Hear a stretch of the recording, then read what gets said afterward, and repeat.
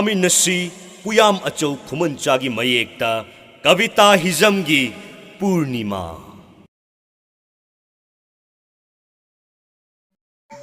Sok lising amaga chamapan nifumapal October tara mangada ekhoi imaleba irumdam asi Bharat ki phibanu da tinsinkhe Manipur na Bharat ta tillaba matung lamdam asida afspa 1958 ki marumda micham praja kaya hatkre amadi nupi oibigi ijat kaya temsin nakhre asum satharak labadi ekhoi irumdam kari oigani ekhoi jai humdragi mathakta Bharat ki minai naithang oiduna lakli ekhoi gi ida cheliba irei pak nungsibagi wakhalol marup chak kudimakna kaufade Asum bani patho adubu ekhoi gi I masialna khurak ki lai sari state force commando paramilitary kayana ekhoi gi mamal yamlaba marup kaya hat pa leptri masida ekhoi bu tuming lei thokadrane patho summi corporate lamnganba nangna hairibadu achumba ngaktani adubu ima amattagi machani I masel khut thana ba haibasi kanglai pak imana kapkari nakhoi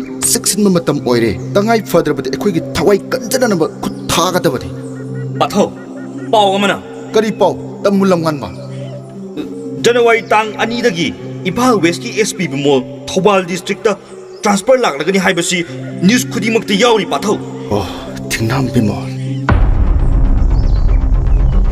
SP thingnam bimol aigi high school life ki classmate ne Yung sulap na de mahak sport amadi laik laisu haiba thongna phaba misak ne adubu ningtam lanmi mapija kaya da ningtam gi mahau mangan na honar nabadi mahak ki mathakta aikoi khut thaba taba masi aikoi bar khudimak na khangjillo asumna lanmi yang khairom chingya gi lambi da matik chaba khulai paiduna tampak tamna kumtharak lammi lambi da asumna tampak lamdam amagi khangpok sangda ahing ama potharami Game na thungliba mafam adu chingya da leiba khungangni ching macha amagi mathakta water supply scheme amasu lei lal hauba singi yamna khudong chaba mafamni lambi da lakpa security force singbu irai line uba ngammi lambi du dagi kilometer ama muktani lapna ribasu mafam du da khong lambi natana gari achoba amata changba yadi security changlalabasu skip tawba laiba mafamni karigidamak wangthoina khungang asida laklibano haibadu magi lanmi marup singda mahakna aikoina hojik leiba mafam sidagi kilometer 13 muk lapna uriba singsang asi opi marang kaina hobo mafam ne mafam adu da revolutionary kayaga Indian Army ge khusamnaduna game gi lanmi sing hatna balang thakli revolutionary sing adu da sanjau paiba kayaga loktuna opi lalonba drug karbar tawba gang sing aduna Popi supply tawba asini makhoi gi thaba masi thingnabgidamak misal asi lakpani langanba hongani patho tanjadu da publicity secretary Romeo changlai Romeo hauji orderly ba lahobagi namada drug lalonba sel khaiba thika to punamak game na thingjille karigumba masida lam helabadi warning leitana hakpa charak pigani haba press note amak tho hongani patho Romeo press note thoknaba same sari India na Manipur bu insok lising amaga chamapal ni fumapal October 15 da loksin khrabagi tungda ngasi kanglai paksida kari oirakli ning tamba hanjanna na bahonabada imagi mapari athoba thawai kya tunglam chatkidamak thawai pontha oikhre marup kya gi punsi soinai hanbi khre kanglai pak imagi mapari kya ngasi su thongna handre adubu luribadi khurak ina lai saba kalup amabu mangana na bhonarakpa phurup amabu mangana na khongthang kya ngasi kem na thengna duna lakle luribadi inkhalak liban haron kya mayai kaba drug WY tablet makhal mathel kya lautunarga thajilaktuna kanglai pak imabu mangana na ba honarakle masi khutong jaba lauraga myoi kharana gang semduna paisa tale drug laloli kanglai pak imagi mapari gi maikhum uptuna masa gi sel praja singdagi khomgatli asigumba samaj ki mahik kaya si maru fang na mutat phaibase game gi achat pa firepne achumba pamjaba thawaina ima leba kidamak pontha pi khraba athauba marup singi damak yawol na ikai khumna uchari amadi imung manungi awabada su saru yazari kanglai pak imagi mapari game gi maikhum upliba kaya yawol lanmi gi luching purel singda ngasidagi tharaga chayol amagi manungda changjau natrabadi game na khut thaba hauragani yawol lanmi singna yai fare Somda SPB Mall newspaper singda yauriba game gi cherol adu parami khanghaudana intelligence wings thawalagi ring ama laki Sir, I CID henthoi. Kari lere. Thoubal gi pangnam laptuna leiba Muslim khulnamada kani shungba amadi mayai kaba SP WY tablet yonba achoba factory ma leire. Housing numidang lalonba sing adugi pot thangdok thangin tawgani. Location adu SMS thajaralage sir. Ai langnama torage. Asumna pau phangdringai mamangda narcotic team na spot mafam aduda civil dress setlaga thunglammi. Narcotic officer Premna Alhaski yumda magi khungoi manga ga loina na koshili. Alhaski labor singna matamduda kani shungduna lerami. Don't move! Karam tu chen ba yaroi. Chairak tuda wang chawraba Alhaski manau Farukna narcotic officer aduda nongmaina namlammi. Adudagi khulai punamak lokshilami. Kamdaure Farodana Narcotic kangbu adu puthaba horaklami. Masa kandana bagidamang gypsy tamna chenba horaklami. Ganja adu lauduna Alhaski nupina pos khinglami. Mikup kharagi tungda makhutta thang chai paiduna chenthonaragni. Premna tonglangliba gypsy mathak makha onthokduna amadi mai tharami. Upai legiba prembu miyam aduna sathina phurami. Premna ID udlabasu ahoina dum hena phurami.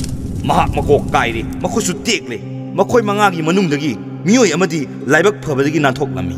Mahakna khudakta Thoubal SP da paw piraklami. Ikan kanadana sport mafamduda commando gypsy manga khongai thuna changsinaba honarabasu leiramliba miyamgi mob aduna makhoi hekta changsinba ngamlamde. Black kabar tawriba makhoi gi maikai dagisu police changlaktanaba double barrel kapthoraki.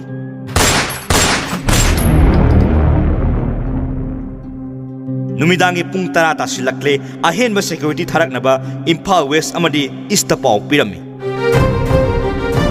Oi! Nakoi kari yengni! Tear gas shell kapselo! Nok thak the blank fire!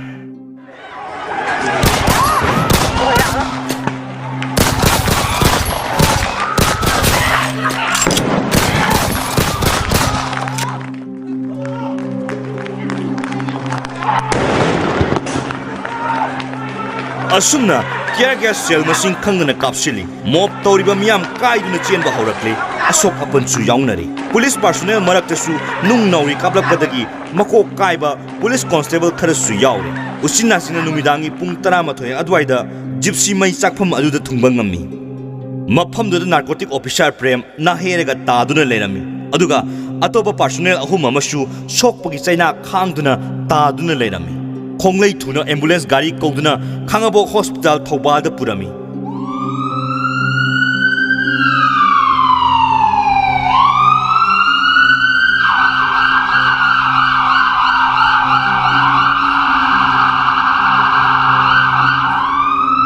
Makhatana mafamduda changdana station tamna police single lakli. Nongalamdai matamda paramilitary force state force single loinana SPB mall yauna khulladu koshille. Thongal khuding police paramilitary force mayam kakcheng chatpagum shangu chatli SPB mall amadi police commando sing Alhaski yumda gypsy thaujalli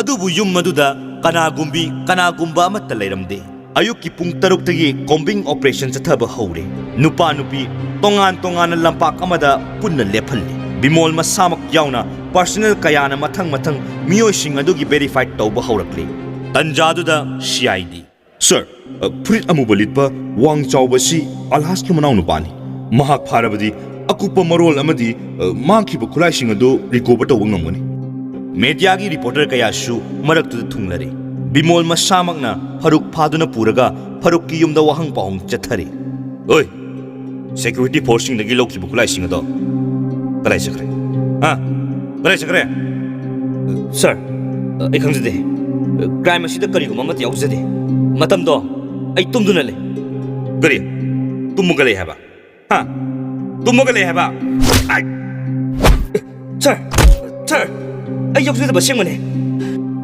oi kamano jingne nangi hina bido yes sir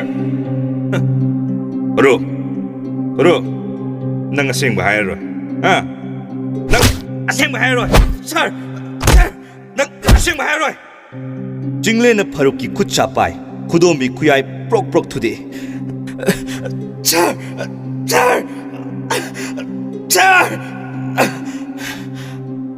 Ơi, nâng sinh bài đi. Nâng sinh bài đi. Chính lên là 9mm pistol की लोग चिंगलगा फरुक की मराई बक्ता नम्मी. Sir, ano na ito bigano? Ay asim ba jara sir? Ano na ito bigano sir? फरुक न narcotic cell की officer प्रेम अमदी महाक की खोंगोई मरी न पायरम नोंगमई लेफम ताई. बिमोल न पुलिस कांस्टेबल सिंगदा नोंगमई अदु लौथोखल्ली. फरुक क्राइम असिद चेनब मियोइसिंग लिस्ट मोबाइल नंबर सिंग हौजिक करी करी पोलम हाइबदी number 4 WY tablet SP brown sugar चिंबा कदाई कदाई दले. Ay khangde, iyamba alhas na karbar si to bani. यादरे नंग हायरोय नंग खुमरोय जिंगले मखा सथो ay अरु hippo Sir, ay mo to bigano sir.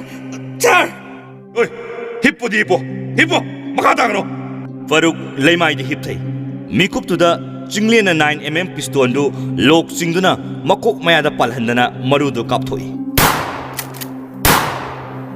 ओय खांगनेदना इंची यमखदनी वालिसी मथंगी सिदी नकोकदा डायरेक्ट कापदबनी. ओय हिप्पो फरुक नंबर 4 kg मरिरोम ओइगदबा WY tablet SP tablet सिंग स्टोर रूम द पुशिंदुना ताई. बिमोल पुलिस कांस्टेबल सिंगदा पोलम सिंग अदो लौथोखली. असुमना कोबिंग ऑपरेशन अदो नुंगथेल की पुंग अमरोम ताबदा लोइसिली. पुलिस न चिंगनबा मियोय कुनलोम फादुना पुरखी. मीडिया की कांगबु सिंगसु SP बिमोल की मतुंग इनरी. SP बिमोल महाकी पुलिस कमांडो टीम सिंगना फागलकलिबा नंबर 4 WY SP tablet सिंग अदो मीडिया की ममांगदा display तौई.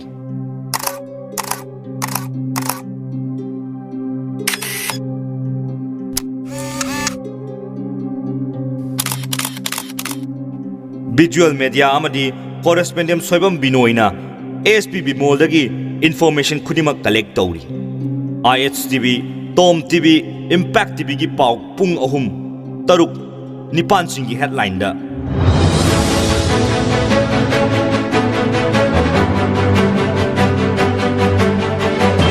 Thoudam Police Station dagi kilometer anirom chalaga laiba Muslim khul amada narcotic officer Prem rescue tawbaga loinana pak chaungna combined operation chathabada Farooq amadi black corner tawba alastagi yamlaba number 4 YW tablet amadi SP tablet fagat pangamkre.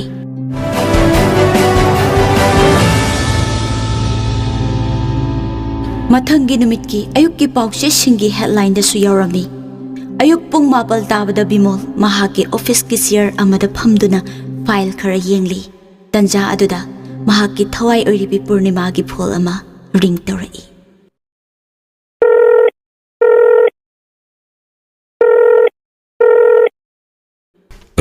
Hello, Purnima. Hello, thabak pudi yamna chilamgani khange. Ado paper da nangi pausu ta sare. Congratulations. Thank you so much, Purnima. Ai wa mata haisake bimol. Amata natiye nang nangam ni makai loin hayo.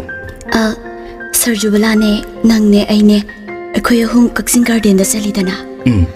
Madudagi halakpada nangna akhoi thongganda aibu thinbiramidana. Mado Bamal go pesor naibu hobo male. Aina yumda thunglabaga mana imada nganglami aduga yamna thuna luhongnaba tawsina hairami imada. Bimol aibu athuba matamda amukta lawsinbiyu. Nangna lawdrabadi ai thanata sijakini aisi. Aina banaba tawrage. Nang karimta wagano. Ai leiri. Khudimak aina sop tawgani. Aina hingliba punsise Purnima nangine nang yaudana ai hingba ngamloi. Bimol aina Bimol kobase classmate oirakpaduda sum kobane. Ngasidagidi da Bimol kaurage ko. Hoi dear. Nangsu police nina thabak silamgani na khale. Aisu yumgi thabak khara tawsilurage da Bimol. Thamage ko. Fare thamage ko Purnima. Hoi. Bimol mahaki file sing asum phaglakpada kanglaipak ibagi mapari game gi wangthoi masamak ki marai kai gi maruk amagi photo oirambada Bimol tu jungki